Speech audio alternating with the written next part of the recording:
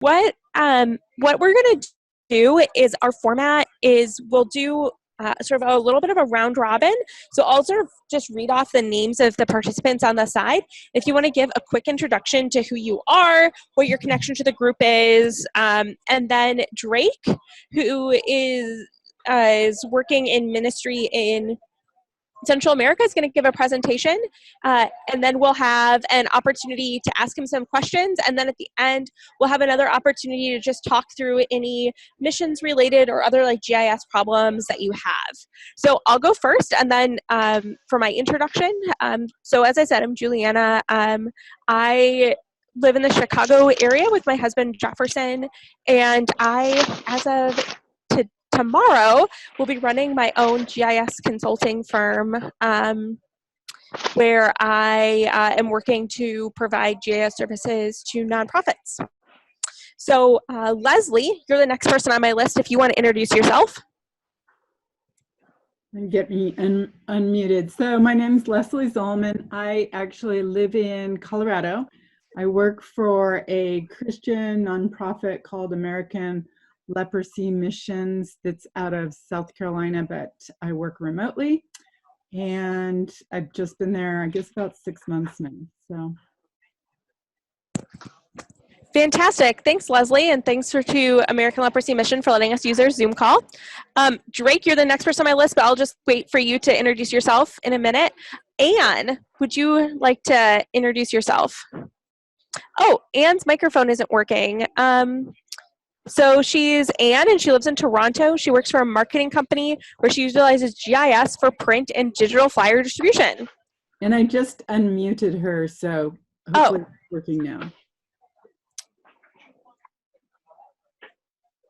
Okay. Well, Anne, that is really cool. I have a student who I would love to put you in contact with. If you could shoot me an email, or we can talk more. So Jake, could you introduce your? So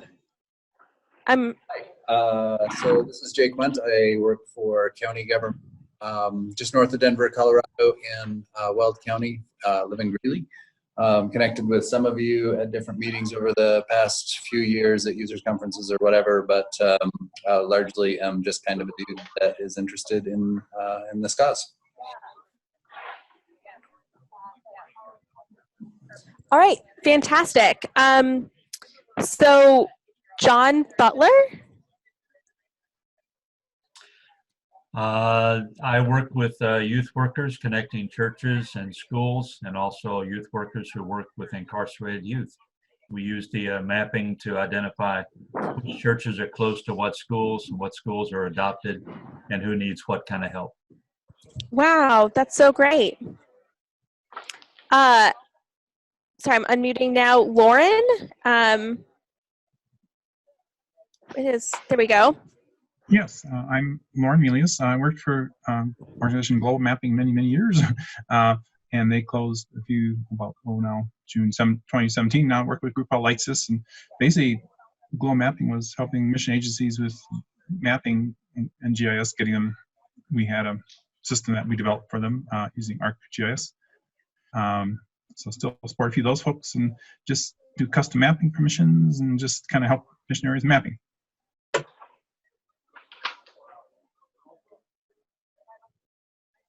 Fantastic. Thanks so much. And then our next person is Matt B.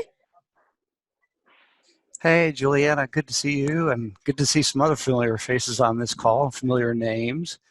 So yes, I work for SIL International in Dallas, and I lead a team that maps the languages of the world, show where all the different languages are, where the speakers are, and so on. So that's pretty much the summary of what I do.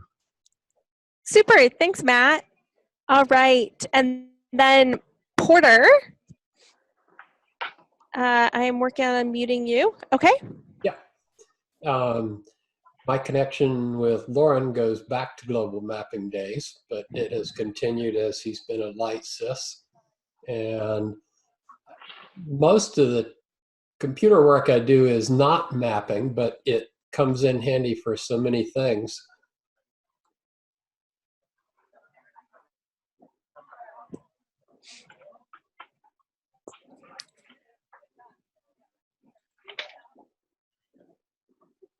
and I have. for a network around a particular church for use in encouraging churches to get involved in immigrant work.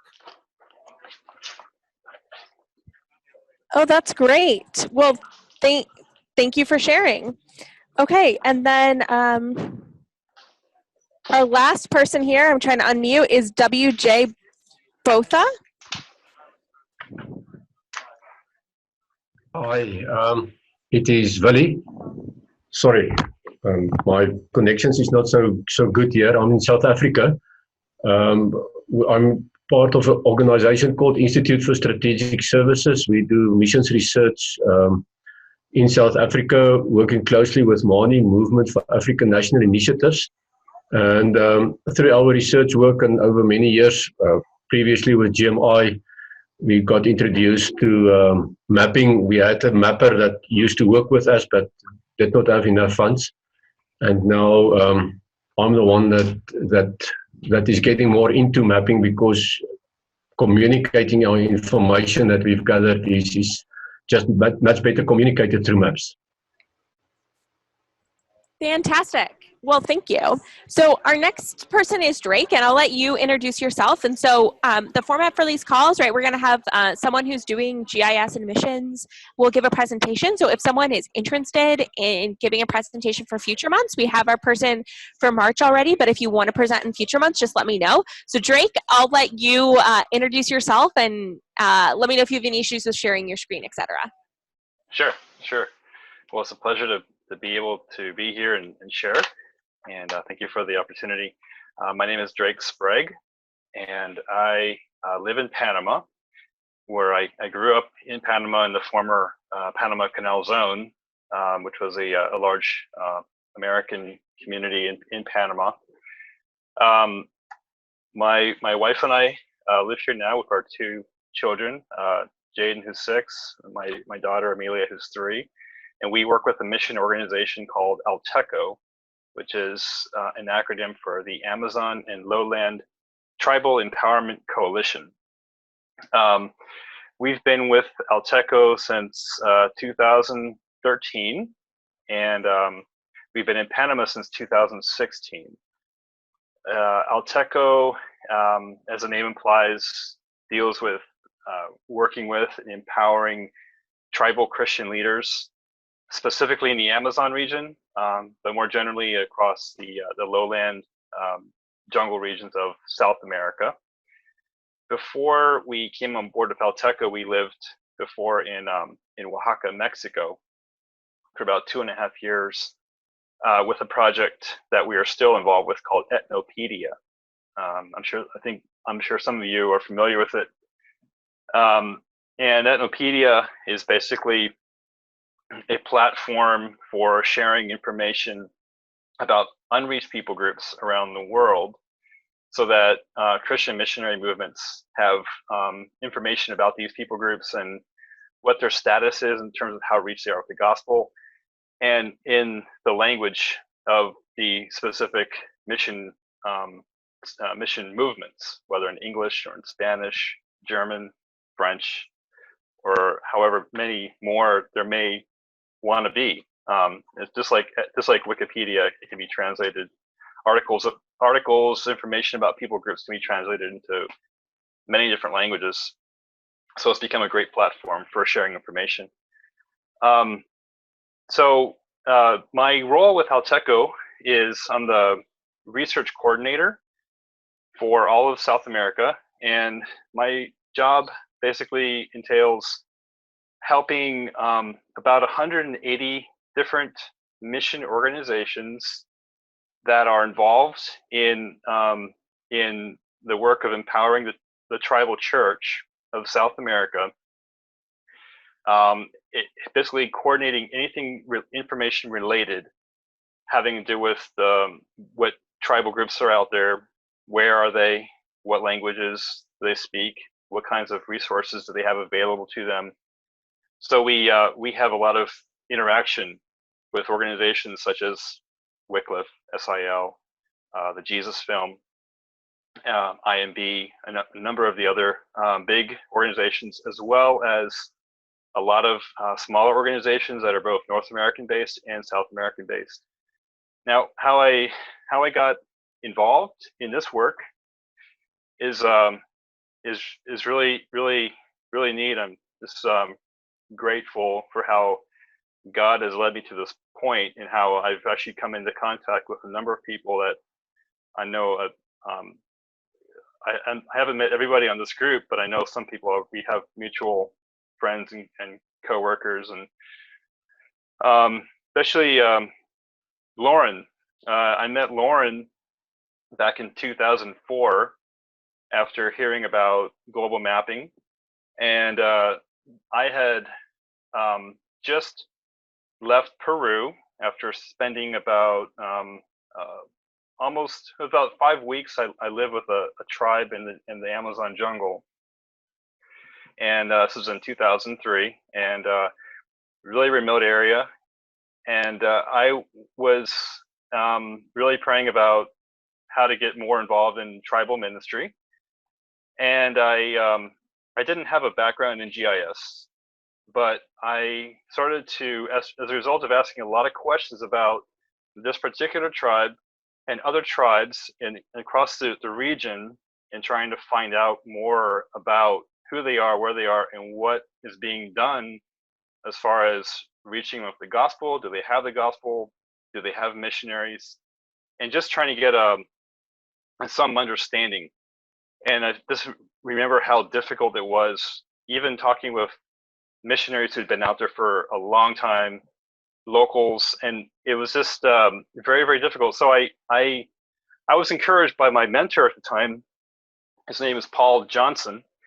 He later on was one of the co-founders of Techo, and he really encouraged me to look into the possibility of getting more involved in the area of research. And so I prayed about it and just started taking steps. I went back to Florida, where my home church was, and I worked in missions and outreach, but then started taking some courses in GIS because I had heard about the use of GIS for ministry, for missions. And I knew that there was organizations like Wycliffe using GIS, and IND and other groups, and of course, global mapping. So when I met Lauren, I was actually driving across the country on my way to California, and I was on my way from there to Southeast Asia to spend time in several countries over there working with missionaries.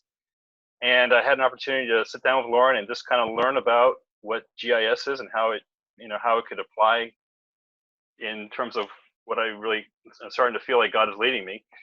And had a wonderful conversation and learned a lot. And that's what kind of started to really inspire me specifically for GIS work. And so when later on, when I had moved back to Florida, I was working at the home church and started taking classes at night at Florida Atlantic University. I really saw a lot of the connections, and I could see that this is something I would really like to do more. So I really feel like I started doing that work as a result of a desire to be more effective in research for missions. And what was really neat is it led into a master's degree program. I was able to work as a TA and have my courses mostly paid for, and just go through and have a master's degree in geography with a focus on GIS and remote sensing, and did my thesis based on a study of urbanization in the Amazon jungle in a town called Pucallpa in Peru.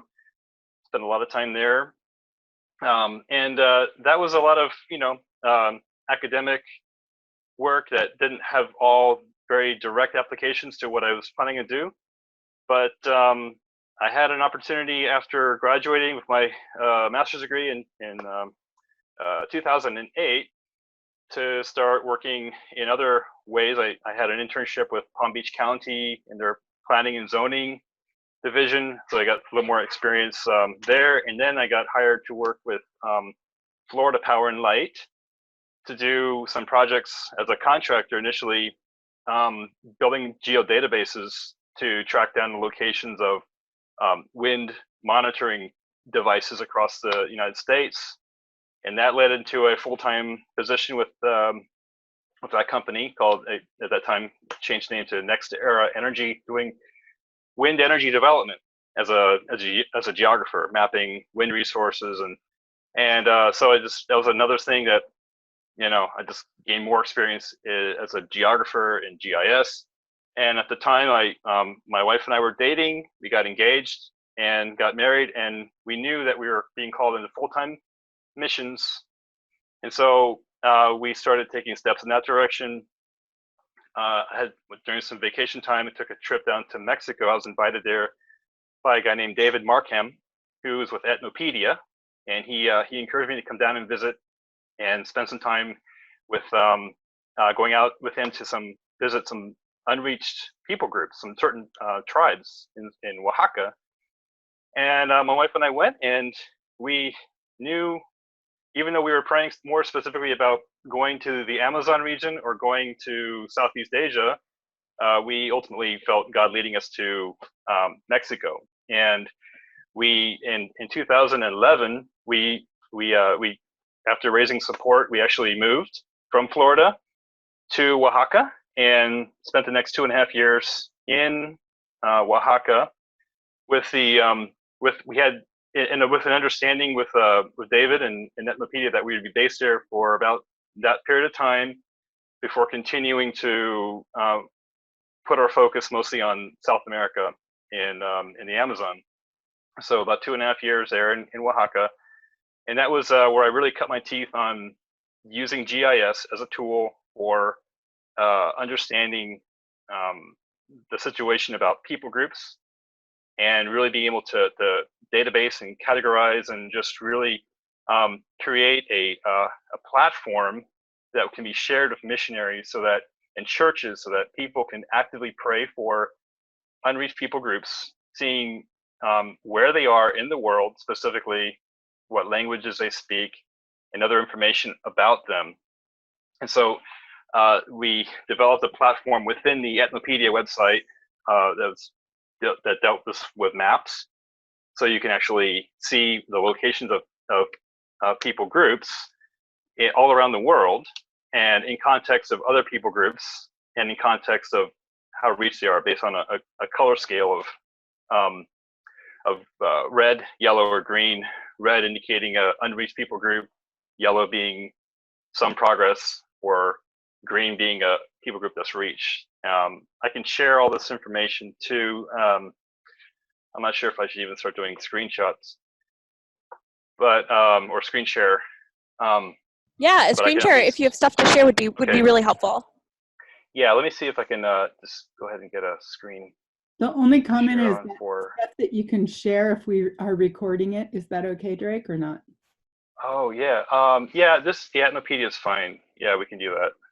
Let me get on here real quick, and I'll share the website, because this is totally okay. The only thing about Ethnopedia is just in general. I'm not sure how you're sharing the information, but in general, Ethnopedia is let me see if I can share this. It's an open source.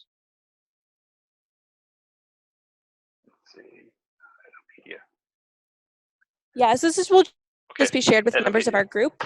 Yeah. And so Perfect. it's possible it could get out, but the ask is just for sensitivity reasons that, it won't get shared. Yeah, so Ethnopedia is open source. Anyone can access it, but you have to know the name, because it's not searchable in Google. And that's kind of how we maintain some degree of security from hackers and that sort of thing.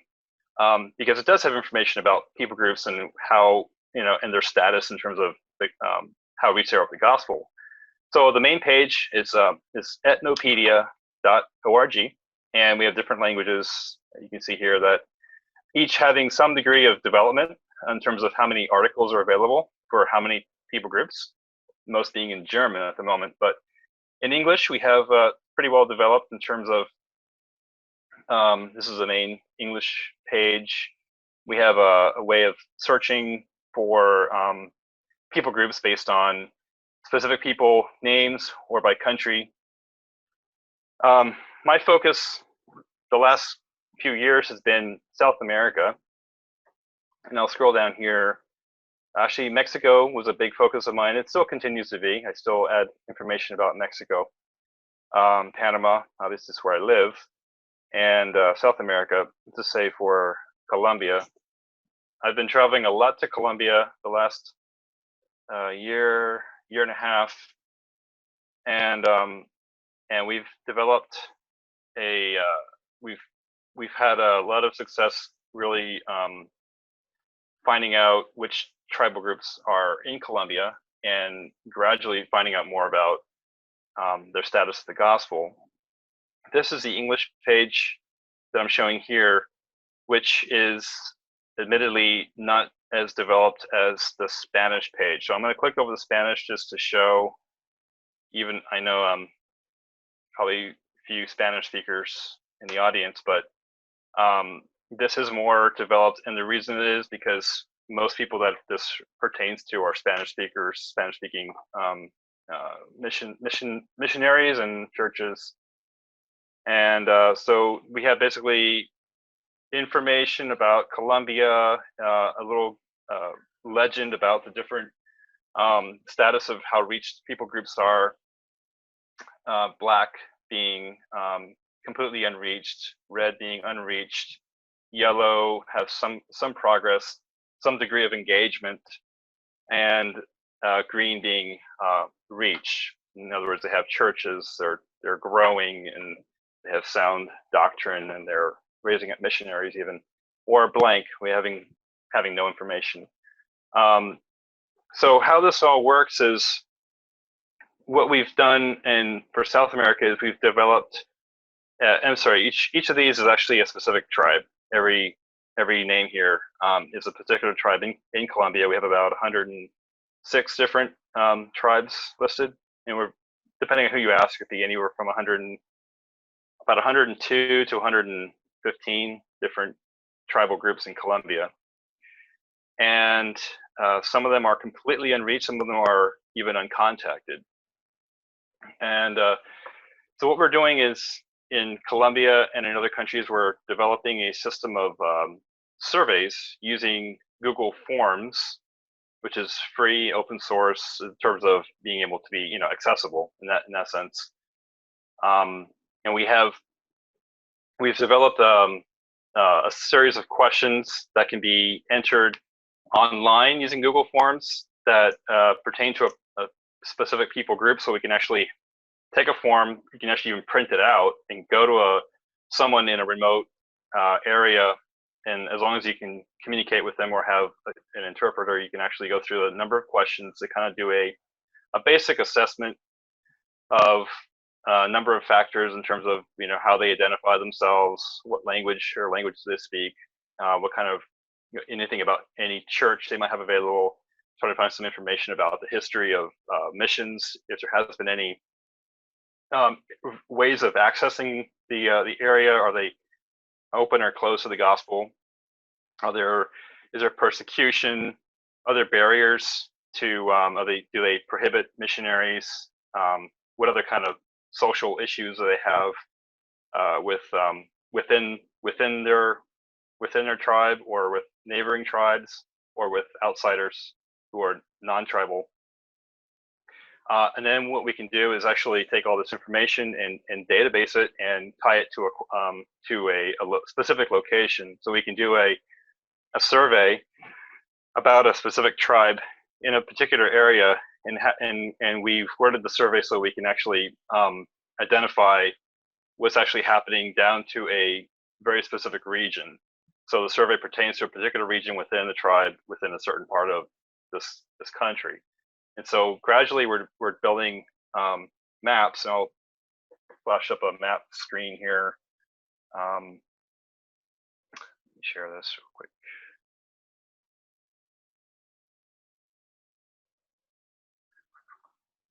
Let's see. How do I do this?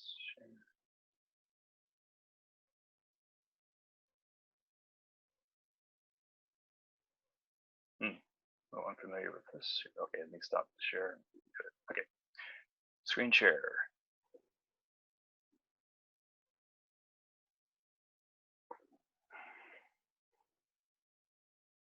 Okay, this is a map of Colombia, and I've been working on it, so it's kind of a work in progress here. But the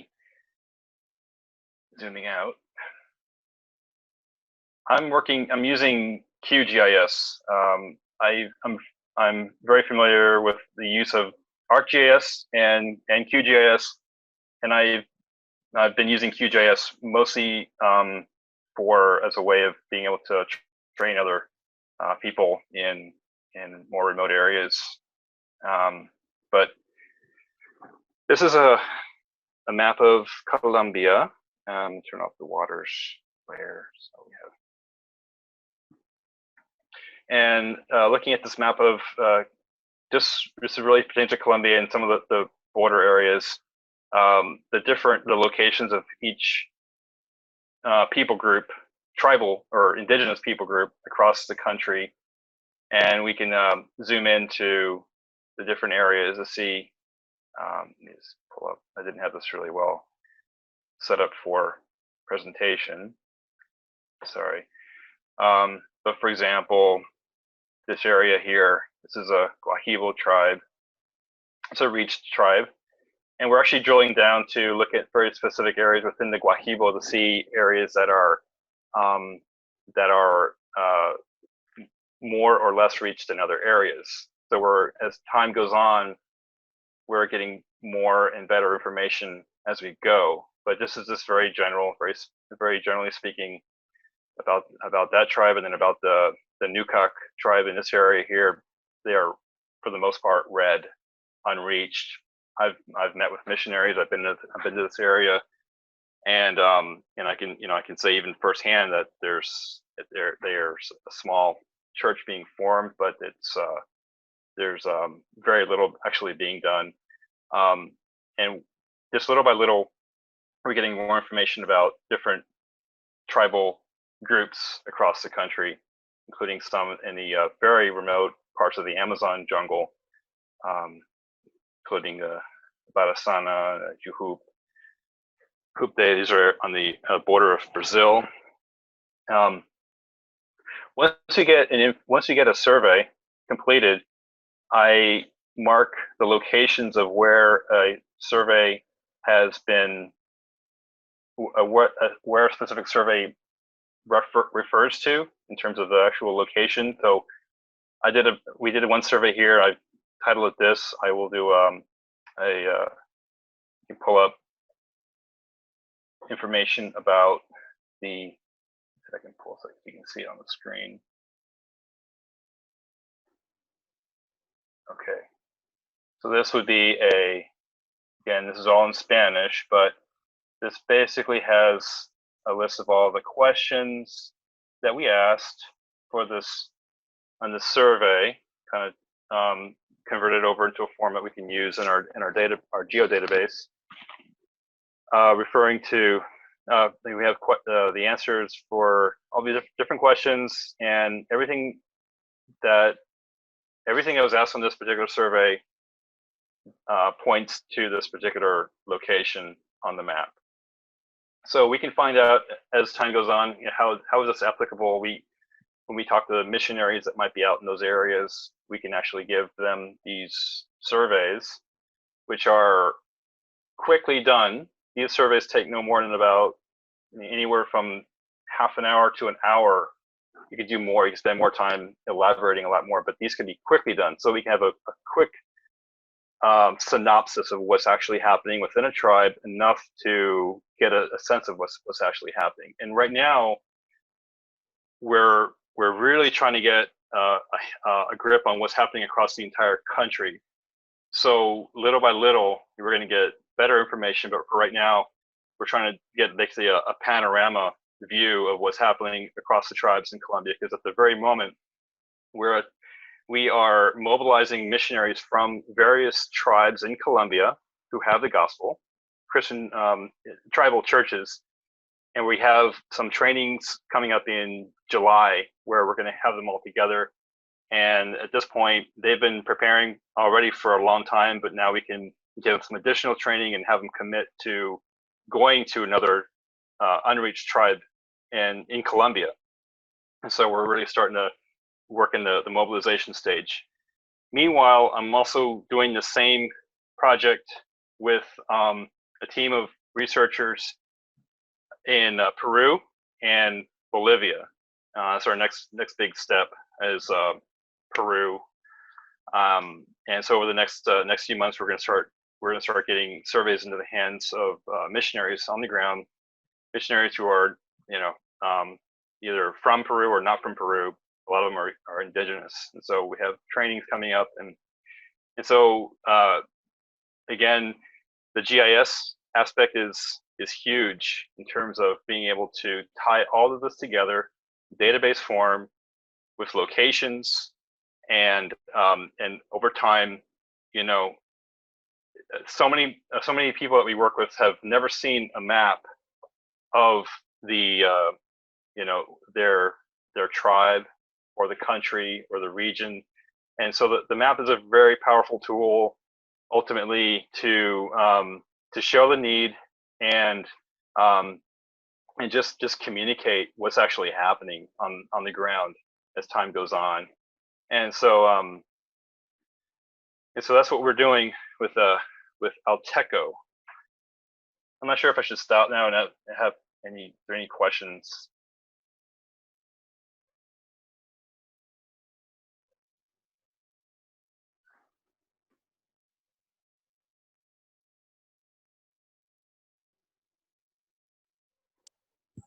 Yeah, anyone have a question, or if you're having difficulty unmuting yourself, you can type it in the chat.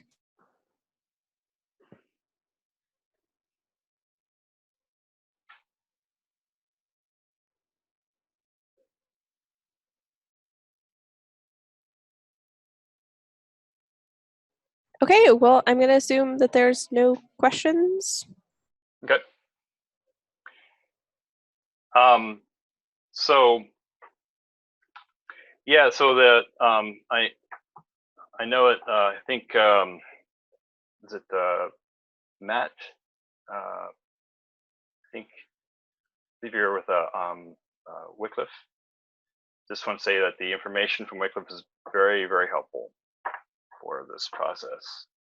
Yes, thank you. Those polygons do look familiar, and I was wondering if they were the ones that the Ethnologue uses for language areas, or if they've been adapted, showing more so the extent of the ethnic group, not just where the language is used. This is I'm going to pull up Ethnologue, the Ethnologue layer from Ethnologue version 16. So this goes back a few years. I don't have access to later versions of it, but let me see here.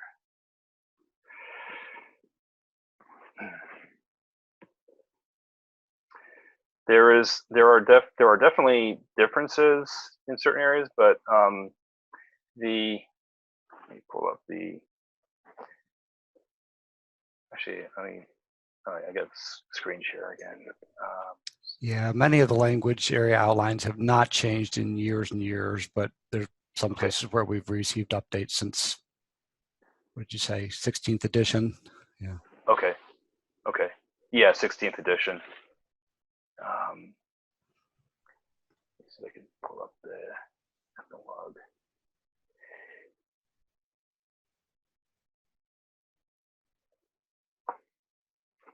What's the current edition, Matt? 23rd edition is just about to be published next month. Okay. It's I now also on an annual volunteer cycle. IT work Wow, for, that's a lot of additions. I try to just pull up the Ethnologue version 16 Matt, here. I do volunteer. I work for Wycliffe in Orlando. So. Great. And worked with Scott Munger at International Bible Society. Oh yes, I recognize that name too. Let's see here.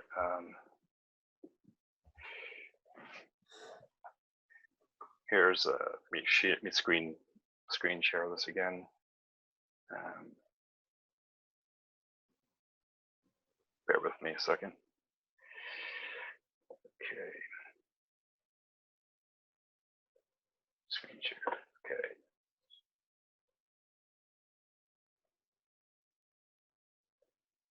Okay, pulling up. Okay, so this would be the ethnologue data for this area in southeastern Colombia. This is a big concentration, and other areas around there. It's a big concentration of different languages. Our data will overlay it on top of it. So we can see Cubeo, for example. And what I'm actually doing is I'm actually pulling up the locations of very specific villages. And I've been working through a lot of areas. So these are, down here we have locations of villages along this river system, the Rio Valpez. Pull up the waters. And, let me adjust this layer a bit more.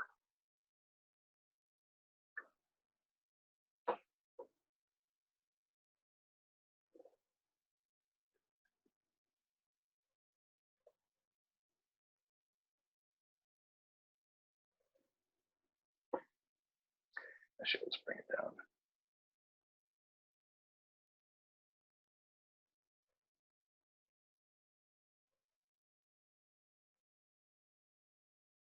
Okay. Now we get into a lot of information here. Sorry.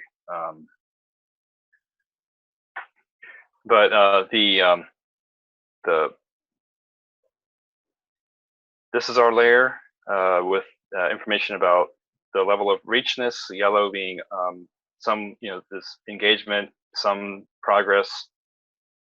This is just generally speaking where we have identified our different tribal groups, and refining the information based on villages that we learn about and can map.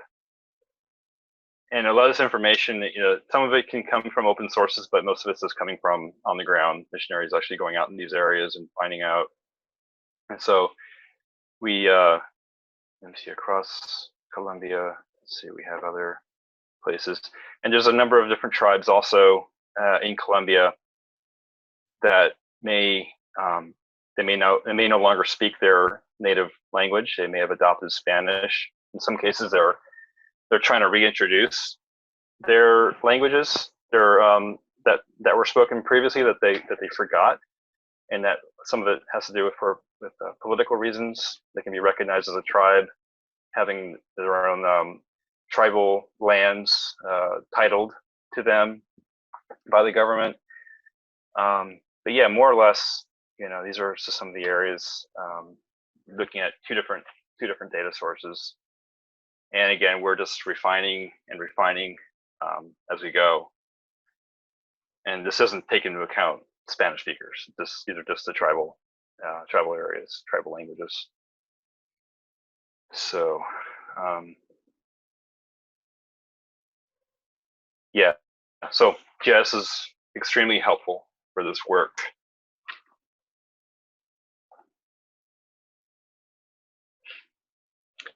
At the moment, I'm actually training other people to do research, but I'm sure, one thing that I will say that I've encountered over time is I have this idea that, I've learned a lot about participatory research and participatory GIS, and just the idea of actually really getting people involved in the mapping process.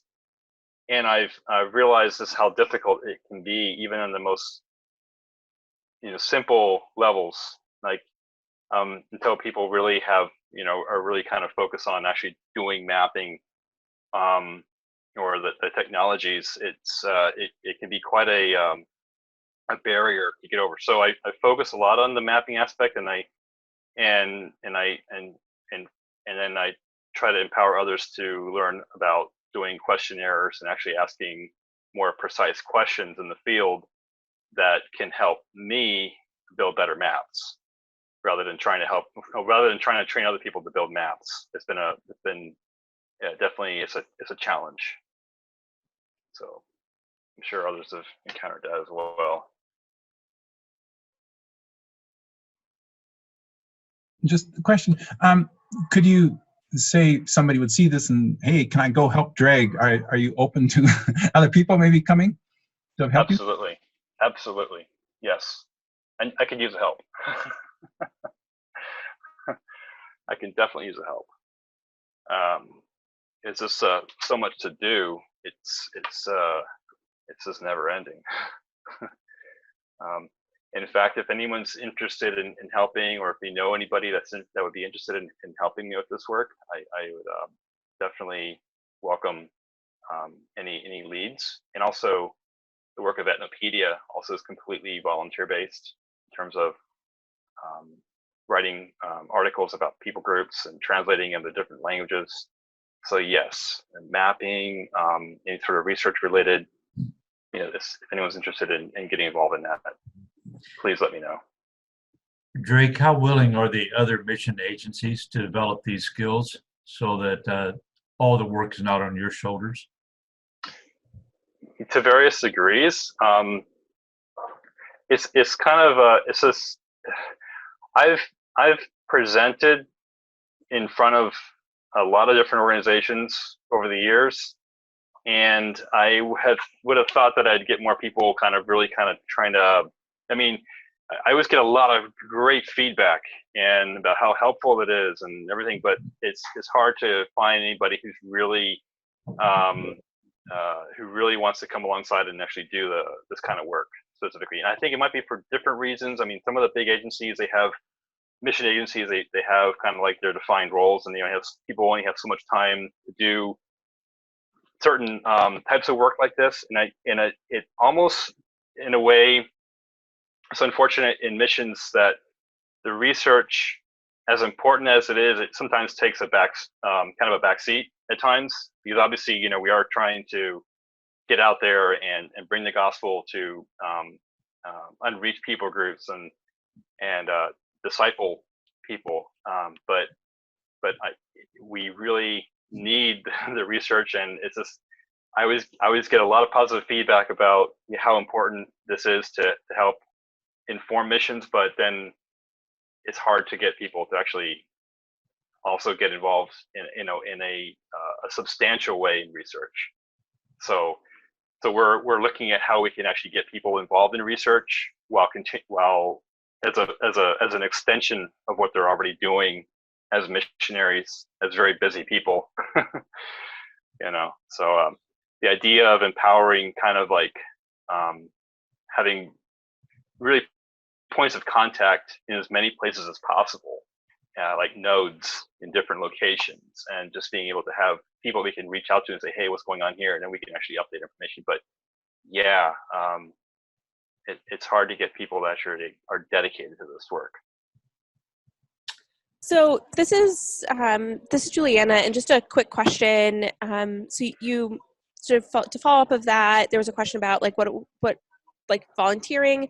Just wondering if, just for sort of our own awareness as a group, if you could provide a little bit more details on what that means.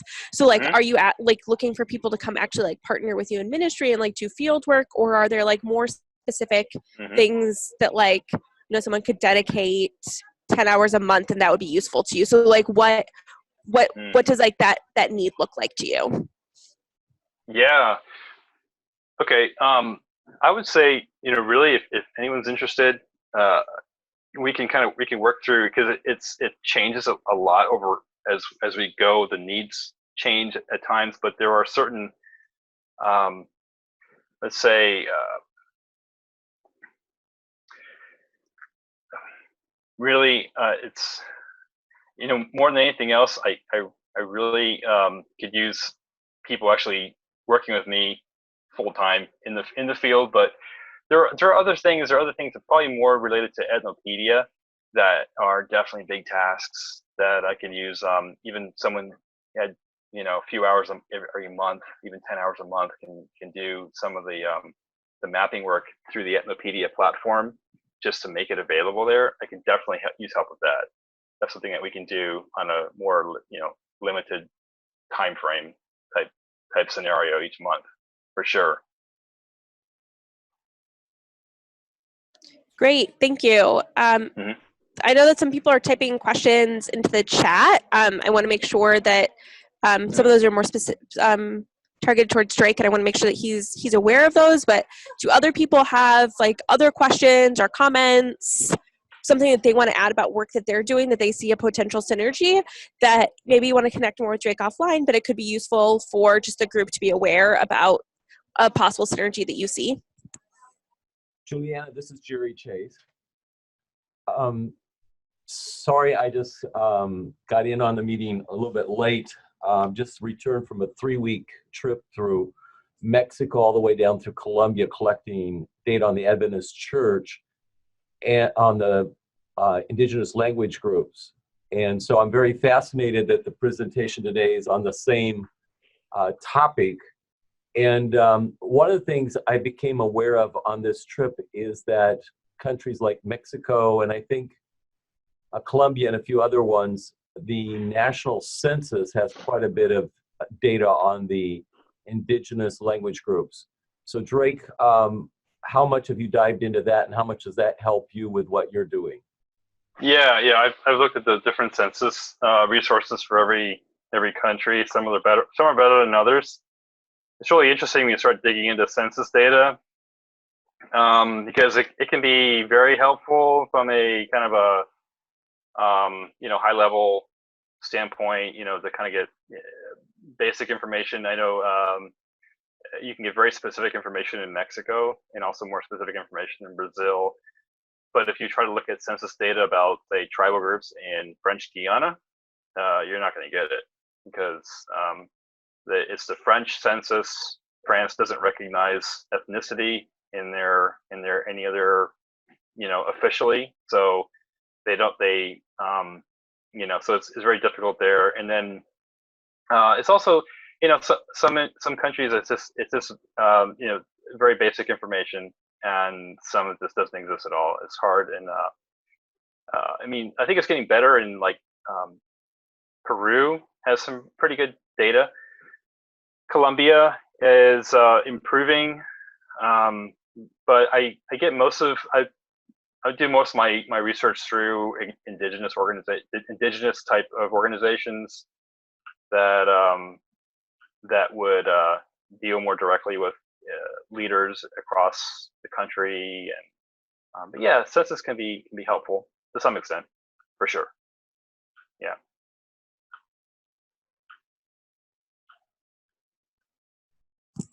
What a great question. Anyone else have questions or comments?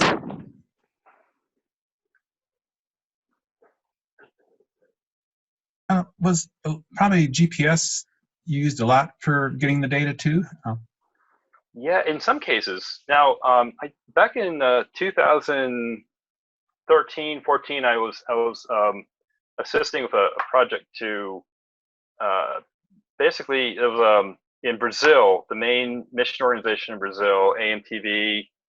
We're doing a massive survey of villages across Amazonas state, which is in the north part of Brazil, where it's all Amazon jungle, that area, but a lot of villages on the rivers. And they were I helped them with developing a kind of a strategy for sending out teams with GPS units. And so they actually used GPS to go to villages and drop points while asking the questions. So then all that data came back already georeferenced by GPS point, help them with some data cleanup. But mostly we're trying to make sure everybody was on the same page in terms of how the GPSs were set up and working in a very coordinated way, so that we had less cleanup and less room for mistakes later on.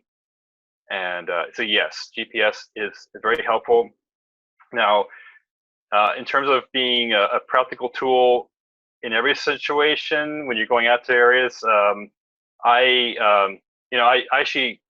really thankful that we have GPSs now. I can have it in my watch, and so I can actually go out with the Garmin watch and actually drop points without being, without being more discreet. Let's put it that way. So I don't want to go out to a village with a laptop or even a handheld GPS device, just because it just draws too much attention. But Yeah, and when you get that information by GPS, absolutely. And then I can coordinate it, or coordinate it with other sources later on.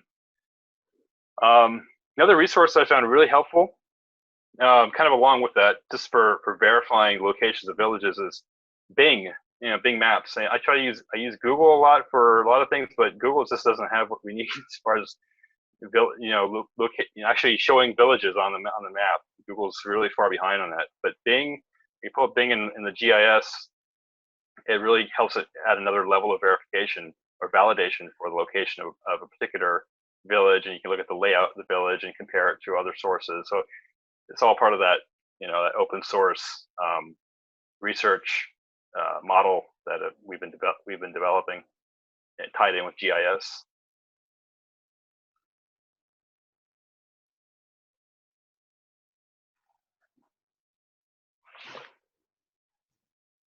Drake, I noticed you're using QGIS. Yes. Exclusively, and what's your what do you find the easiest way to introduce GIS to new users? Yeah, I think it depends on the context. I think, obviously ArcGIS is very popular and very accessible, especially in North America and internationally as well. I found QGIS being, for me personally, just the easiest way to introduce others, just because I can go anywhere as long as they have a computer and an internet connection. With enough of a connection to download the software, we can be up and running really quickly without having to deal with licenses and all the other things. So yeah, QGIS is excellent for that. There are other programs that actually, if you're going to do GIS, if you're not using ArcGIS for whatever reason, I would just use QGIS just to get people introduced to, if they want to actually do GIS work. Absolutely. Yeah, it's they all have their pros and cons, obviously, but this has been working pretty well for what we're doing. And this is Leslie. Do you ever use OpenStreetMap? Because I know the humanitarian disaster response team, and when I was with WHO, we used that a lot for village locations. Yeah, it's something I need to revisit, because I was doing some volunteer work with that as well. And yes, that's also very good, very good. And I think if I recall correctly, a lot of the information there really pertain more to places that were in the midst of crises, but I have to revisit that for the Amazon area, and I'm not sure what would come up there. But again, that's really good. I'm glad you brought that up. Yeah, and also if you are collecting locations, potentially putting them back into OpenStreetMap, and you can do that just in upload, I think, then will allow other people to use that data. It makes it really easy to get to. Yes, you're right. And I also just posted something called Humanitarian Data Exchange. Yes, yeah. Have you used that? HDX, yes. I got some really great data from there. Yes, okay, good sources. Yes, thank you. Yeah, HDX. They still call it HDS or HDX, or is it something else? Yeah, it's Humanitarian Data Exchange, but HDX is what they referred to it. Yeah. Yeah. Okay. Awesome. Yeah. Thank you. Well, I just want to thank you so much, Drake, and just for your presentation today, and just for everyone who asked questions and engaged. This is just great. I did not think we would have this great of a turnout. So I pasted Drake's email address in the chat, which hopefully that was okay. And so if anyone wants to reach out to him, I also put my email address down there. I'm the one who's been sending out all the emails. But if you'd like to present, we meet every other month in odd numbered months. So 1, 3, 5, etc. So if you'd like to get on the calendar to present, we would absolutely love that. So thank you so much to everyone. And this has just been great, and we'll have the replay link. We're going to try and figure that out, but so this is something that, you know, we'll keep these close hold within our community, but can hopefully be a way to share the information with the people you're working with. Thank you very much. Actually, I just want to mention I'm just seeing the questions pop up now. I wasn't seeing them, but I'm actually reading through them now so I can reply to everybody. So thank you. Thank you for giving me the time and the opportunity to share.